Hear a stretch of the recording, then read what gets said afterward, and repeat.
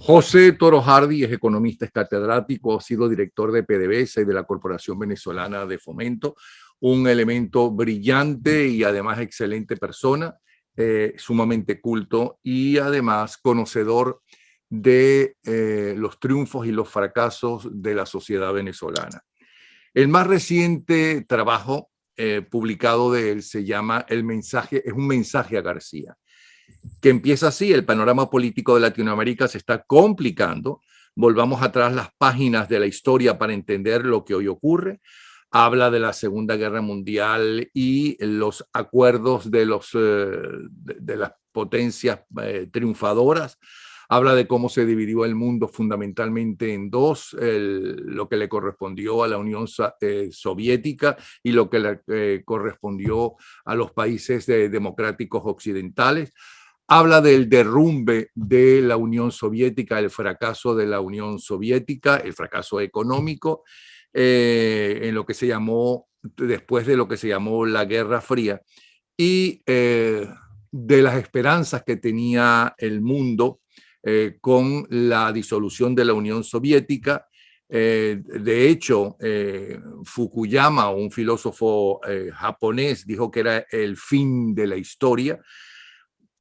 Bueno, el fin de la historia no fue así. Las extremas izquierdas y las izquierdas estaban en el suelo viendo el fracaso y tratando de entender qué pasó con la Unión Soviética, y así se crea el Foro de Sao Paulo, que tuvo un gran éxito con Chávez, con Lula, en fin, en Ecuador, en Bolivia, en Nicaragua, y que luego en la mayoría de esos países todo se vino abajo, fundamentalmente por la corrupción.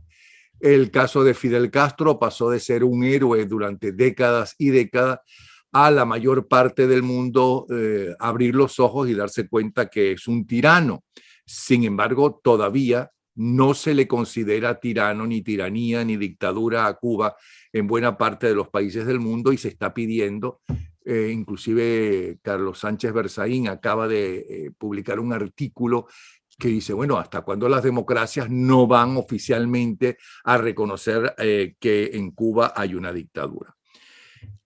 Berzaín, si mal no recuerdo, y Berzaín y Asdrúbal Aguiar, creo que también escribieron sobre la decadencia del Foro de Sao Paulo en lo que ahora se llama Puebla.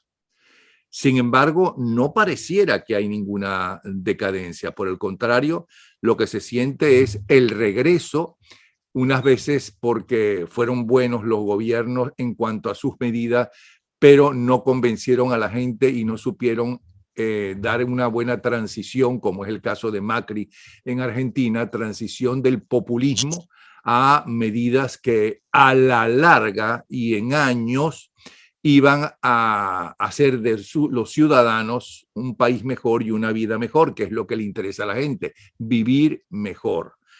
¿Ok? Ahí está López Obrador, que más populista no puede ser, a pesar de que cuando estuvo antes en el gobierno local de México no lo hizo mal.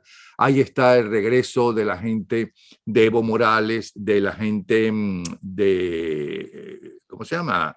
El de Ecuador, Correa. Ahí está el caso de Gustavo Petro. Ahí está que posiblemente gane las elecciones, por lo menos hasta ahora, según las encuestas. Ahí está el caso de Lula da Silva. El otro día, Orlando Goncalves, el analista Orlando Goncalves, nos habló de por qué son esos regresos. Y aquí está, en un mensaje a García, no sé a quién, de los venezolanos, aquí está José Toro Hardy para que nos lo explique. Adelante, Toro Hardy. Háblenos de la situación actual y cómo salimos de la tiranía, narcotiranía venezolana. Hay que decir narcotiranía porque es muy fácil decir, pero ¿por qué no lo tumbaron ya? Bueno, porque, pero si Pérez Jiménez cayó, pero si el chileno Pinochet cayó, pero si no sé qué, no es lo mismo. Ellos eran dictadores, pero creían en su país y eran nacionalistas, ¿ok? E hicieron cosas. Pero estos son una banda de delincuentes, no son políticos, es muy difícil. Vamos a escucharlo a él. Sí, no, ciertamente el panorama político de la América Latina, tal como tú mencionaste antes, está la primera década del siglo XXI, 2000 a 2010, 2012, fue una época de mucho éxito para quienes defendían el Foro de Sao Paulo. Y uno no entiende muy bien por qué eso ocurría. Había una razón por detrás. Coincide esos años donde gana Chávez, donde gana Lula, donde ganan los Kirchner, donde gana Noriega, toda esa gente que llegó a esos gobiernos, coincide con un fenómeno que nada más había ocurrido una o dos veces en 200 o 300 años. Fue un superciclo de commodities. Repentinamente, el precio de todas las materias primas simultáneamente empieza a subir. Y todos estos países de los que estamos hablando son productores y exportadores de materias primas. Al subir los precios de las materias primas, a estos gobiernos le cayó como maná del cielo unos ingresos gigantescos que no se esperaban. El resultado fue que ellos, en vez de aprovechar esos ingresos, la mayor parte de ellos, en lugar de aprovechar esos ingresos para lograr cambios verdaderamente profundos y sustentables en la economía de sus países, para lograr solución a los problemas sociales que fuesen permanentes, la mayoría de ellos lo que hizo fue utilizar esos recursos para crear vastas organizaciones políticas. Ellos no quisieron que duraran para siempre el bienestar en sus países, sino que durara para siempre el control de sus partidos políticos. El caso típico fue Chávez. Es difícil imaginarse, nunca un gobierno de Venezuela había tenido tantos ingresos como los que tuvo Chávez. Claro, los precios del petróleo subieron de $12 el barril a cerca de $115 el barril. No importaba que la producción estuviese cayendo, no importaba haber destruido a PDVSA. No, el dinero era tan grande, la masa de recursos, que eso le permitió a él desatar una política de populismo sin precedentes en la América Latina. Y ese mismo ejemplo fue seguido en buena medida por Lula. Lula logró un crecimiento importante de Brasil y logró dar la apariencia de bienestar social porque tenía muchísimo dinero. Pero sin embargo, detrás había un germen que estuvo, y por cierto, en el caso de la Argentina con los Kirchner, todo, pero detrás había un germen que estaba destruyéndolo todo. El denominador común en la mayoría de estos casos fue la corrupción. Mucho dinero estaba entrando, un dinero que en general entraba directamente a manos de los estados, porque en general en los países de la América Latina el Estado es dueño de las riquezas del subsuelo, y al ser el Estado dueño de las riquezas del subsuelo y subir el precio de las materias primas, era el Estado quien percibía todos esos ingresos. Entonces apareció la tentación de la corrupción. Y la mayor parte de estos gobiernos fueron víctimas, fueron destruidos por esa tentación de la corrupción.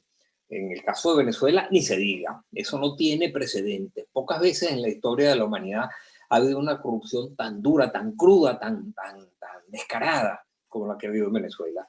Pero de alguna manera, eso también ocurrió en Brasil y Lula, recordemos, estuvo incluso preso. De alguna manera, brutalmente ocurrió también en la Argentina y así fue ocurriendo uno a uno y terminó dando al traste con la magia de estos gobernantes que llegaron a creerse semidioses y se vinieron al suelo. Pero ahora la marea parece venir de regreso y gobiernos con esa misma tendencia que parecían simpatizantes del Foro de Sao Paulo parecieran estar tomando otra vez posiciones. Y apoderándose otra vez de la América Latina. Hay ahora un cambio. Ya no hay la ideología, la mascarada de la ideología ya no es tan marcada como antes. Si vemos en Venezuela, ya aquí la ideología dejó de existir. Esto no tiene nada que ver con ideología. Esto tiene que ver más con lo que tú señalabas al principio, con un manejo de cosas turbias y de intereses internacionales turbios que se van concentrando para sostener un régimen. Lo mismo ha pasado en distintos niveles en distintos países. Lo mismo pasó en Bolivia, lo mismo pasó en Ecuador, lo mismo pasó en Argentina, pero ahora vienen de regreso estos gobiernos. Ya vimos cómo un representante de Evo Morales gana las elecciones en Perú, en Bolivia, Ya vimos como en Argentina Alberto Fernández, que es una versión mejorada de los Kirchner, pero con la misma tendencia, gobierna en la Argentina. En Ecuador, en este momento va para la segunda vuelta, pero con una ventaja importante el representante de Correa, que cae precisamente por problemas de corrupción. Venezuela corre el riesgo de verse nuevamente envuelta por estas tendencias que tanto daño le hicieron al país, que destruyeron la economía venezolana, que destruyeron a la sociedad venezolana. Oye, que provocaron no solo la mayor hiperinflación del mundo, la mayor caída del Producto Interno Bruto con la sola excepción de Libia, el que 6 millones de venezolanos prácticamente hayan tenido que huir del país, y que cuando uno dice esto ya se agotó, de repente corremos el riesgo de vernos otra vez rodeados por países de esta naturaleza. Bueno, desde mi punto de vista eso lo que significa es que los venezolanos tenemos que entender lo que está ocurriendo. Y yo llamo el mensaje a García porque yo tampoco sé quién es García. Es como un mensaje a quien puede interesar, pero alguien tiene que hacer algo. Pero supuestamente la oposición está haciendo algo. Es verdad que se le critica porque no hay unidad. Fundamentalmente esa es la principal crítica. Hay otros que dicen que es corrompida o lo que sea. Pero fundamentalmente es que no está unida. Y yo creo que fundamentalmente además es que estamos con un narcogobierno y que no son políticos, sino son una banda de delincuentes y una banda de radicales, y que el país está dividido entre los que manejan el oro, las bandas del oro, las bandas del narcotráfico en la frontera colombo-venezolana y en la de Guyana, y lo peor que le puede suceder al país, porque los países también desaparecen, es que empiecen a separarse diferentes grupos, diferentes estados manejados por estas bandas y se separen de Venezuela. O sea, que el país desaparezca, porque podemos estar todavía peor. Pero ¿cómo salimos de esto? Bueno, mi primer llamado es a la unidad. La oposición tiene que entender que es tan grave el problema que tiene que buscar una forma de unirse para actuar unida frente a esta tragedia que tenemos encima. Ya la comunidad internacional en buena medida ya ha aceptado, ya entiende la tragedia que está pasando en Venezuela. Mira, la gente vinculada al régimen, cuando Biden gana las elecciones, Caracas se llenó de cohetes, estaban celebrando por todos lados porque pensaron que es que el nuevo gobierno demócrata de los Estados Unidos los iba a ver a ellos con ojos más suaves y les iba a permitir, pero estamos viendo que no es así, que la posición frente al régimen venezolano es bipartidista, que demócratas y republicanos lo enfrentan por igual, aunque quizás con diferentes acentos. Pero desde el punto de vista de una economía racional, esto ya colapsó. Esto no tiene razón de ser, no tiene cómo prolongarse. Ahora, desde el punto de vista de lo que tú dices, hay otros intereses que están actuando, y en la medida en que son esos otros intereses los que están actuando, más que nunca la oposición venezolana tiene la necesidad, tiene la obligación de unirse, de hacer el sacrificio de estar unidos para enfrentar lo que se viene encima. Pero Porque ¿por si qué no, quizás va a siente, ser... perdone que le interrumpa, pero ¿por qué siente que no se pueden unir? Porque en la historia reciente venezolana, y es reciente el siglo XX, y es reciente ni siquiera al principio del siglo XX, sino es reciente desde la mitad del siglo XX, desde el año 59, hubo un acuerdo entre los principales partidos políticos que en ese momento tenían fuerza. ¿Ok? Y ese acuerdo estuvo vigente durante muchos gobiernos. Y de hecho los gobiernos democráticos o llamados democráticos siguieron muchas de las cosas que ya venían desde la época de López Contreras, Medina y Marcos Pérez Jiménez. Por ejemplo, el desarrollo de la siderúrgica, el desarrollo de la petroquímica, ¿no? El desarrollo de la infraestructura del país, todo eso venía desde mucho antes de esa llamada Cuarta República, o como se le quiera llamar, o periodo democrático. ¿Por qué ahora los pequeños dirigentes, porque ya los partidos no tienen el poder popular que tenían antes, ninguno, eso inclusive el PSOE, que como está en el poder, puede amarrar a más gente, o atraer a más gente, o silenciar a más gente. ¿Cómo pueden, por qué no se unen? Yo sí creo que se van a terminar uniendo. Yo creo que la necesidad los va a obligar a unirse. Pero mientras tanto estamos desesperados porque no lo hacen. ¿Y en torno a qué tiene que ser la unión? Bueno, por lo pronto ya sabemos que hay cerca de 50 países del mundo que no reconocen lo que aquí está ocurriendo. Ya eso es un buen punto de partida. Hay una cantidad de países del mundo que siguen reconociendo a Guaidó. Bueno, quizás ese tenía también un buen punto de partida en el entendido de que tendría que ser una simple forma de transición. Pero esos son algunos de los mecanismos. Ahora, lo que es urgente es que hay que reconstruir a Venezuela. Reconstruir a Venezuela pasa por reconstruir por respeto a la Constitución. La Constitución ya no existe, Napoleón. Lo que están haciendo con el poder comunal en este momento es el requiescan in pace, es el entierro de la Constitución. Eso se está haciendo al margen completamente de la Constitución. Bueno, Chávez, y del referéndum que perdió Hugo Chávez. absolutamente. En el 2007, Hugo Chávez presenta un referendo para tratar de hacer lo que están haciendo ahora. Y sencillamente lo perdió. ¿Y qué fue lo que dijo Chávez? Yo no sé si lo recuerdas con los nudillos ensangrentados, porque se dice que golpeaba las paredes por la rabia que le daba haber perdido y que lo presionaban a aceptar la derrota. Pero ¿qué fue lo que dijo? De esta constitución no le voy a quitar ni un punto ni una coma, esta propuesta sigue vigente. Y eso es lo que están haciendo. Desconocieron ya la voluntad del pueblo y siguen adelante con esa propuesta sin cambiarle ni un punto ni una coma. Ya no se preocupan, se olvidaron ya de la Constitución, están haciendo unas propuestas legales absurdas que es muy difícil que el país las reconozca, pero que tienen un punto débil. Nada ganan con hacer eso si simultáneamente son capaces de crear confianza, de devolverle la seguridad jurídica al país, porque la reconstrucción de Venezuela necesariamente pasa por hacer grandes inversiones, no solo en petróleo, sino en todos los demás sectores de la economía.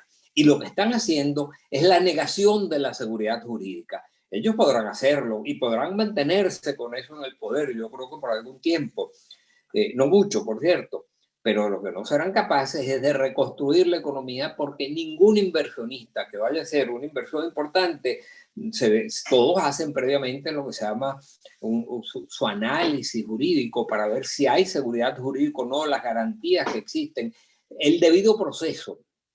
Y si aquí no lo hay, entonces nunca van a llegar inversiones en cantidad suficiente para resolver el problema de fondo, que es reactivar la economía para que la gente pueda volver a comer, para que poder controlar la inflación, para poder controlar, manejar otra vez el crecimiento racional que requiere una sociedad como esta. Pero espérese un momentico. Primero tiene que caer el narcorrégimen y no va a caer por el hambre del pueblo, porque si no hubiera caído justamente en los peores momentos la dictadura cubana o la dictadura soviética, cuando millones murieron de hambre, cuando tuvo que auxiliar, por ejemplo, en otra oportunidad, tuvo que auxiliar los Estados Unidos enviándoles trigo para que comieran el pueblo ruso. Y no cayó el comunismo. Y lo que uno está viendo como futuro inmediato es lo que acabamos de ver con Argentina retirándose del Mercosur y de México no apoyando a la oposición venezolana, sino a Maduro, con esa hipocresía típica de López Obrador y su gente, pero lo están haciendo. ¿Qué va a pasar con Lula? Que va a ganar seguro ahora las elecciones por el desastre que fue Bolsonaro, porque también hay que reconocer que el señor se las trae. ¿Qué va a pasar en Ecuador cuando el candidato de Correa gane? ¿No? Bueno, va a perder poder justamente la unión a favor de los que luchan por la democracia en Venezuela. Este es el futuro inmediato. Este es el futuro inmediato. Bueno, por eso es que tenemos una suerte de carrera contra el tiempo. Ahora, por otro lado, yo creo que hay una cantidad de sucesos, yo no sé cómo definirlos, a veces yo los llamo el evento inesperado, que terminan por generar una serie de cambios porque ya no son tolerables. Algunos de esos eventos inesperados pueden surgir de lo que ocurre por allá en una de esas islas en la parte occidental de la costa africana, o quizás no sé si por allá en esta ciudad de Holanda. Eventos de esa naturaleza que se nos vienen encima hacen muy difícil que pueda mantenerse la unidad de apoyo, la forma de apoyo que esta gente tiene. Esta misma gente son los primeros que, si quieren subsistir, saben que hay actos, situaciones internacionales a las cuales ellos no pueden aceptar. Y terminará eso generando divisiones entre ellos mismos. Ahora, si ya está consolidado todo alrededor en un mismo esquema que los apoya, entonces a lo mejor no pasa nada, pero todavía estamos a tiempo. No le entendí esa parte de las pequeñas islas de África. ¿Quiere explicarlo más? O verde, para decirlo en términos más claros. Ah. Pero el hecho de que Saab, que ya es un hecho, que su extradición a los Estados Unidos, diga lo que diga, ¿por qué va a caer el régimen de Maduro? El régimen de Maduro no va a caer por eso.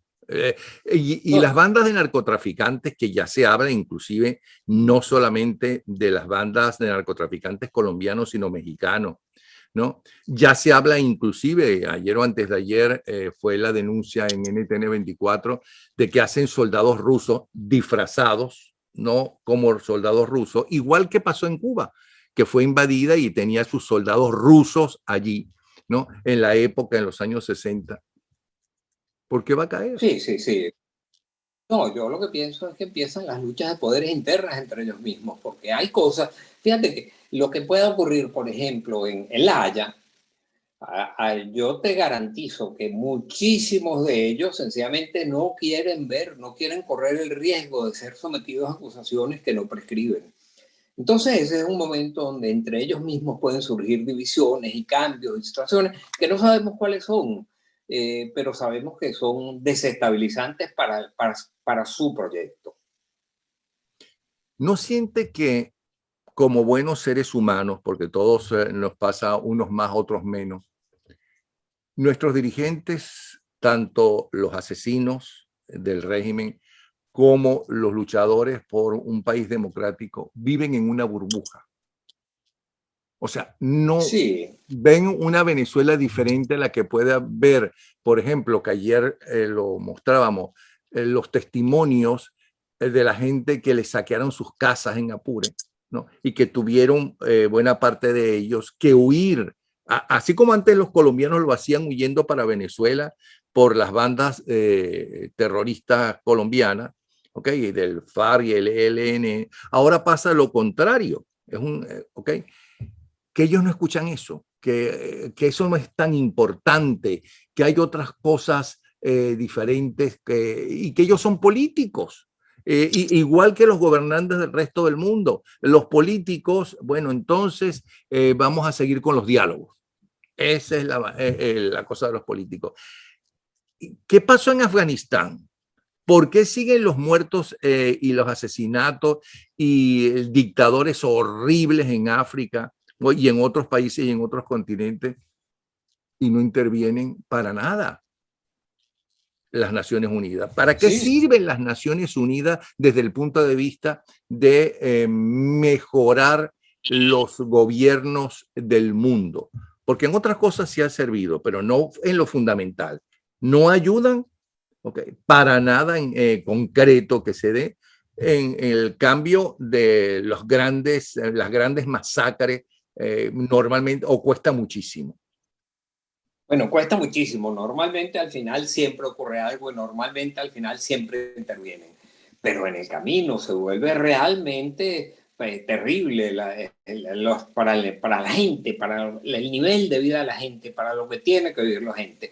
Mira, yo creo que hay muy pocos ejemplos en el mundo, de un país en el cual 6 millones de sus habitantes, que casi el 20-25% de su población haya tenido que escaparse. Eso tiene muy pocos precedentes en la historia. En este momento en el mundo hay 2 países donde ocurre algo más o menos parecido, que son Siria y Venezuela. Solo que Siria está en medio de una guerra espantosa con bombardeo y con cosas, pero en Venezuela no hay ninguna razón para que esto esté ocurriendo, excepto las razones que ya conocemos. Y en Eso Siria hay tiene que mucho más llamar a la muertos, conciencia. y en Siria hay muchísimos más muertos y muchísimos más años de violencia. ¿Y qué ha pasado? ¿Se ha solucionado el problema? Perdone que sea Pero tan pesimista, pero es un poco de sacarle más información. ¿Okay? El problema de Siria es considerablemente más complejo y más antiguo. Damasco es la ciudad continuamente habitada más antigua del mundo. Allá ellos tienen unos problemas religiosos, de orden histórico religiosos terribles. Allá se mezclan los chiitas con los sunitas, mezclados además en las consecuencias que derivaron de cuando el Imperio Otomano se desmembra y quedan esas divisiones pavorosas. Un país donde está gobernado por una dictadura hereditaria desde hace ya cerca de 40 años. Y te vuelvo a repetir, con unos problemas históricos religiosos pavorosos al lado de Israel, con que hay también toda una conflictividad. Aquello es mucho más complejo que esto, Napoleón. Aquí no tenemos una historia de violencia como la que puede existir en el Medio Oriente. Aquí no tenemos una historia de complicaciones de carácter religioso, ni siquiera de carácter histórico. Aquí pareciera que las cosas son más sencillas y deberían poder evolucionar más rápidamente que en Siria. Tú me dirás, bueno, pero también está Cuba. Eso, Y sí, ahí está Cuba. hacia eso iba. Cuba está desde el 59 en eso. Inclusive fue una amenaza mundial y una amenaza directa a los Estados Unidos. Claro, antes era más fácil tapar o frenar ciertas cosas porque antes había un teléfono rojo que solamente era entre Estados Unidos, entre Washington y Moscú. Ahora, para mediar, para solucionar los problemas, ¿con quién hay que hablar? Hay que hablar con Irak, con Irán, con no sé quién, con Rusia, con China, con Corea del Norte, qué sé yo con quién, con los narcotraficantes, ¿no? O sea que es muy complejo y así todo no es una amenaza tan directa como lo fue Cuba cuando los misiles soviéticos. ¿Y qué pasó? Ahí sigue el Partido Bueno, Cuba, Comunista, ahí sigue el títere de los Castro como supuestamente presidente. bueno, Cuba fue la alternativa a una tercera guerra mundial en su momento. Si en aquel momento Khrushchev y Kennedy no se ponen de acuerdo, uno en retirar los cohetes y otro en una serie de aceptación de la situación, que es lo que ha permitido que eso siga, bueno, aquello ha podido desembocar en una tercera guerra mundial. Por eso quizás Fidel Castro pudo mantenerse. Pero más allá de eso, Fidel Castro tenía un respeto por todas las izquierdas del mundo. Era considerado, tenía un prestigio de todas las izquierdas del mundo. Pero aquí, ¿quién es el que respeta esto? ¿Qué prestigio tiene esto? ¿Quién respeta esto? Aquí lo que hay intereses son intereses burdos y crudos. A mí me da la impresión de que en un momento determinado poner orden en el continente mismo es algo de interés para todos, incluyendo Rusia y China. China, por ejemplo, que ha tenido una participación importante en la América Latina, yo creo que China lo que le interesa es comerciar, es invertir con seguridad. Ellos dejaron de invertir en Venezuela porque en Venezuela no hay seguridad jurídica. Y como no hay seguridad jurídica, abandonaron los proyectos en Venezuela. Pero Porque Rusia tiene otras alternativas mejores. horas atrás todavía se anunciaba nuevos acuerdos de Rusia y nuevos apoyos de Rusia a la narcodictadura venezolana.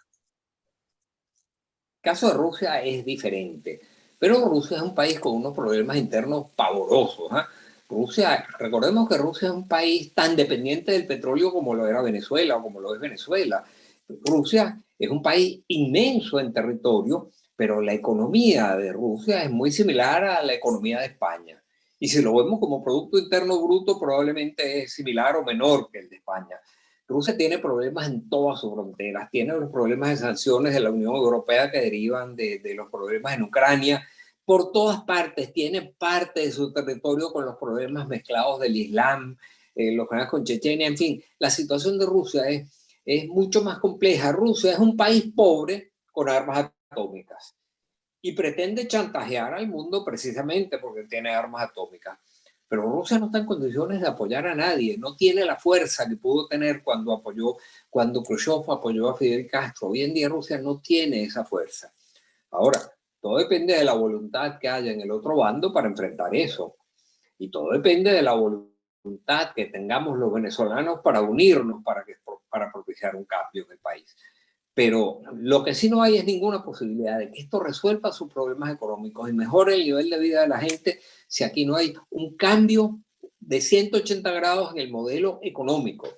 Y eso es imposible que ocurra si no hay un cambio similar en el modelo político. Y ese, a él. No, pues siga. Termine la idea, por favor. Si no, a ellos a quien yo me refiero cuando digo que es un mensaje a García. Todos conocemos el cuento allá de la guerra americana-cubana a principios del siglo XX. El mensaje a García, pero es que mi mensaje a García me dice, ¿pero quién es García? Digo, yo no sé quién es García, pero el mensaje tiene que llegarle a García. Ok. ¿Quiénes son los que tienen que unirse? Porque allí está la Asamblea Nacional, que en el fondo es la que le da apoyo o no, está de acuerdo o no con lo que pueda o no pueda decir Guaidó. ¿Ok? Porque mucha gente dice que es que Guaidó hace lo que quiere. Eso no es cierto tampoco. ¿Ok? No sé si Guaidó debe ser demasiado joven y con poca experiencia, aunque ya lleva años en ese trabajo, como para en este momento tan difícil, ni siquiera un Rómulo Betancourt o un Rafael Caldera a lo mejor podrían entenderlo y analizarlo con toda la experiencia que si vivieran pudieran tener, porque es otro mundo totalmente diferente al que ellos vivieron y donde ellos tuvieron poder y fueron los grandes líderes. Ni siquiera Carlos Andrés Pérez, que ya vimos que en su segundo gobierno, que quiso llevar a Venezuela al siglo XXI, ¿no? Y cómo no se le entendió y cómo lo tumbaron. Cuando hablan de golpe de Estado, ¿no? El primer golpe de Estado a la democracia serio, ¿no? Fue la destitución de Carlos Andrés Pérez por parte de su propio partido inclusive. Entonces, ¿a quién hay que llevarle ese mensaje a García? Al G4, a eso que llaman el G4. ¿A quién? Por ejemplo, a alguien más, porque también en Venezuela hay un gran malestar, incluso dentro de la gente de ARPA, y hay un gran malestar. Ellos saben perfectamente lo que allí está ocurriendo. Si la sociedad actuara un poco más unida, con el apoyo incluso de esa gente de armas, y el apoyo que no podemos olvidarlo, todas las democracias occidentales en este momento quieren un cambio para Venezuela.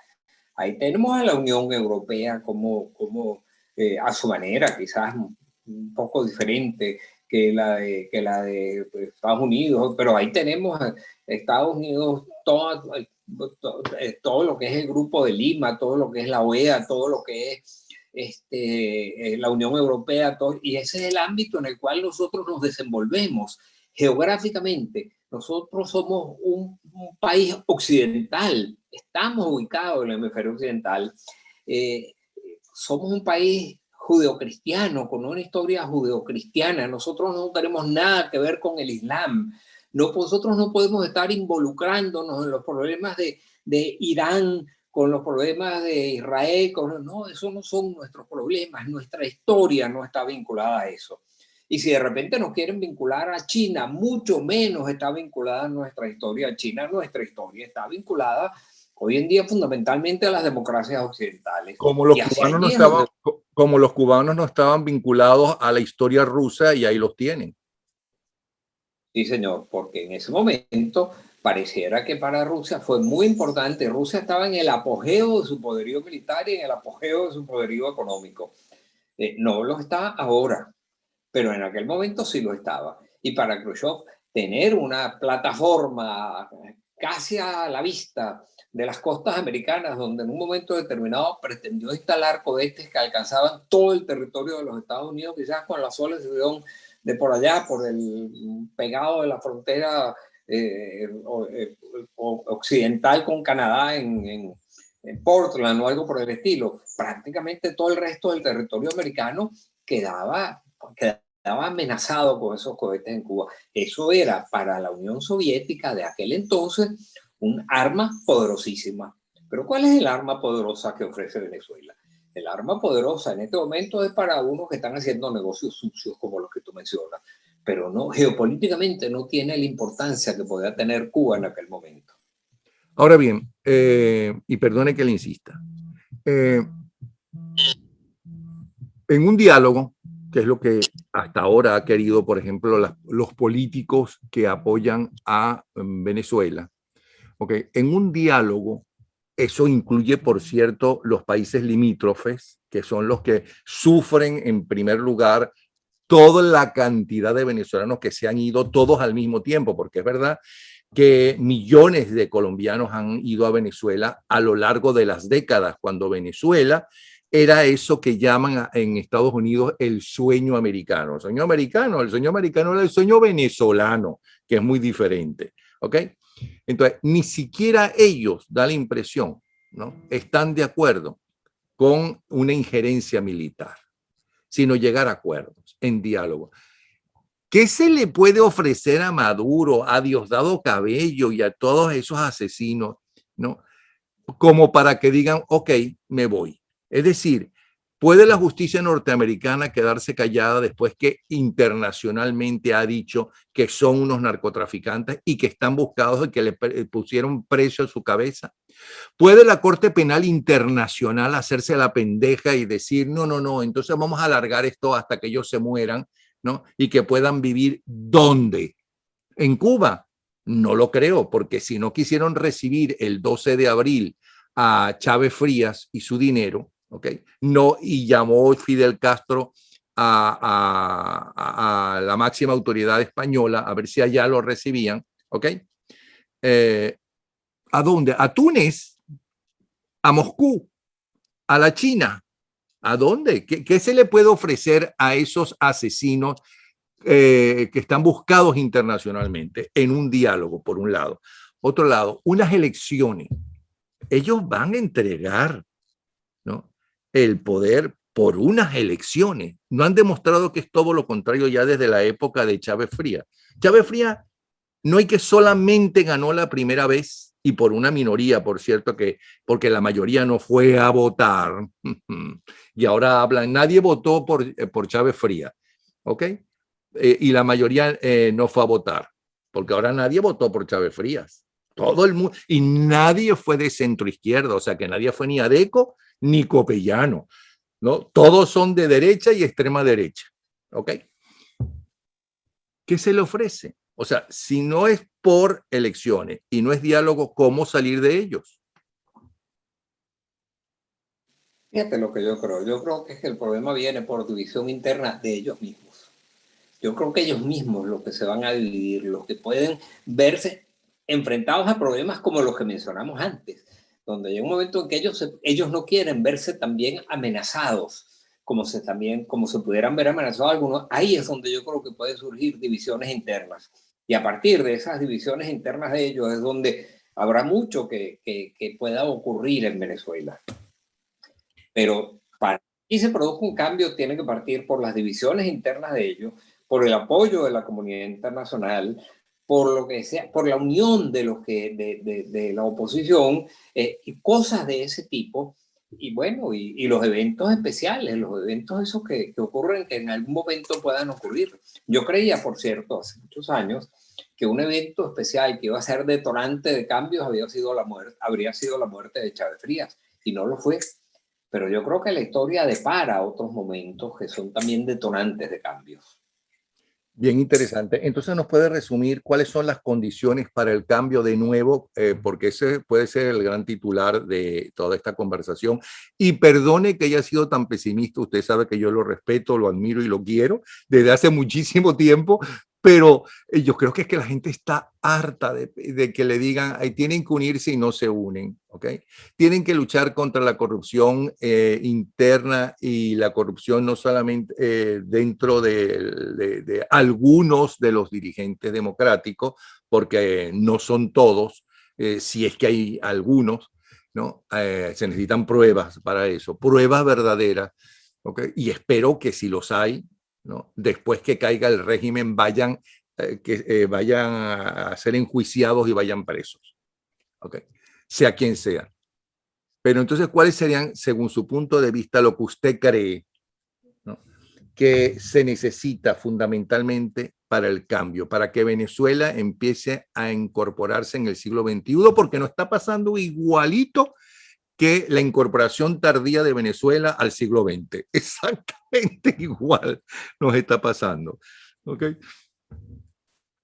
Bueno, yo creo que una de las primeras cosas, tiene que haber algún elemento detonante que empiece a generar cambios. Esos elementos detonantes pueden ser lo que mencionamos antes de allá de África, o pueden ser de lo de La Haya, esos pueden ser elementos detonantes que conduzcan a, primero, divisiones entre ellos, porque ellos tienen que empezar a dividirse. En tercer lugar, que la oposición aproveche esas situaciones para enfrentarlas con inteligencia frente a lo que eso ocurra. Que tengamos el apoyo de la comunidad internacional a la hora de que puedan generarse esos cambios. Y que después comprendamos que es necesario unas medidas que sean capaces de devolverle la seguridad jurídica a Venezuela, porque si no logramos devolver la seguridad jurídica a Venezuela, no vamos a alcanzar las inversiones que vamos a requerir para que el país retome el rumbo de crecimiento. Ahora, ese conjunto de situaciones no se dan de la noche a la mañana, son un proceso, son muy lento, es desesperante, pero yo creo que inevitablemente conducen hacia allá. Lo que yo no creo es que debemos hundirnos simplemente en el pesimismo, porque el pesimismo nos puede conducir a abandonar la lucha, y eso no podemos hacerlo. La gente se está desesperando ya y está perdiendo las esperanzas. No está viendo la luz al final del túnel. Pero usted la ve. Tal cual, eso es lo. ¿Ah? Usted sí ve esa luz al final del túnel. Bueno, yo quiero verlo al final del túnel, quiero verla y quiero contribuir a explicar que sí hay una luz al final del túnel. Pero mira, la sociedad venezolana es como una montaña rusa. Y hay momentos en que todos pensamos que todo está resuelto y de repente con el carrito se vuelve a ir por el despeñadero. En este momento estamos en la parte baja de la montaña rusa, pero volveremos a retomar en algún momento determinado el cambio. Vamos a ver, son esos eventos inesperados, esos eventos los que pueden ser el detonante para cambios que aquí puedan producirse. Catedrático, economista, exdirector de PDVSA y de la Corporación Venezolana de Fomento, una gran persona y un gran luchador y amante del país y de su gente. José Toro Hardy, muchísimas gracias por esta nueva charla que ha tenido con nosotros, Toro Hardy, ¿sí? Muchas gracias. Gracias, Napoleón. Encantado. Ojalá tengamos oportunidad de conversar nuevamente. Todas las veces que quiera. Todas las veces que quiera. Hasta luego.